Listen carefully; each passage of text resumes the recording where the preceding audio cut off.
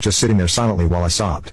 There were a million things that were, and are still, going through my mind in an endless loop, but at least I'm feeling considerably more stable now since 1 week has passed and I've been able to hold myself together for the sake of my kids, if not for myself. I most certainly have to be strong for them because this has come as a huge shock to them too. When Ava came home that day, she found me sleeping on the couch, and when I woke up, she could tell that I'd been crying because my eyes were all red and puffy.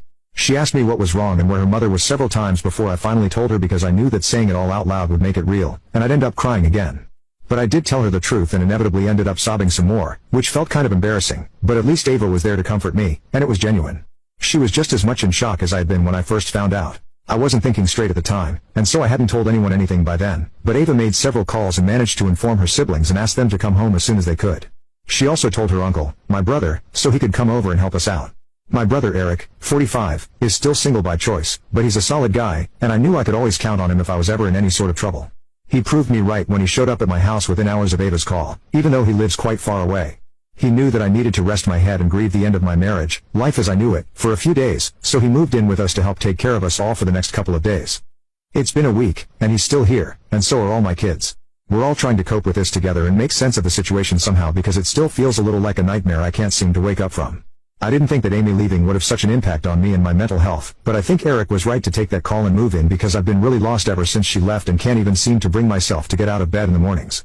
So yeah, I believe that I do need all the help I can get. My kids are also being incredibly sweet, and I'm thankful for it.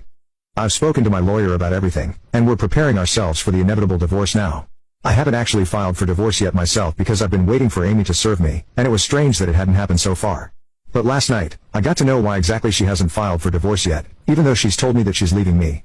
Yesterday, really late at night, I received a call from Amy, and I was shocked because we hadn't spoken since she left, and I didn't have any idea why she'd be calling me after almost a week out of the blue. I answered her call, and she sounded distressed, and I knew that she'd been crying. She asked about the kids, and I told her that they were all here, and so was my brother. I tried to keep the concern out of my voice to the best of my abilities because I didn't want her to know that I still cared. I did and still do, but I just didn't want her to know that after she asked about the kids and I replied as brusquely as I could, she started crying on the phone, and that took me by surprise because I didn't expect her to break down. She's the one who cheated on me and then left, so it didn't make sense for her to be crying. I couldn't stop myself before I knew it. I'd asked her if she was alright, and then she told me that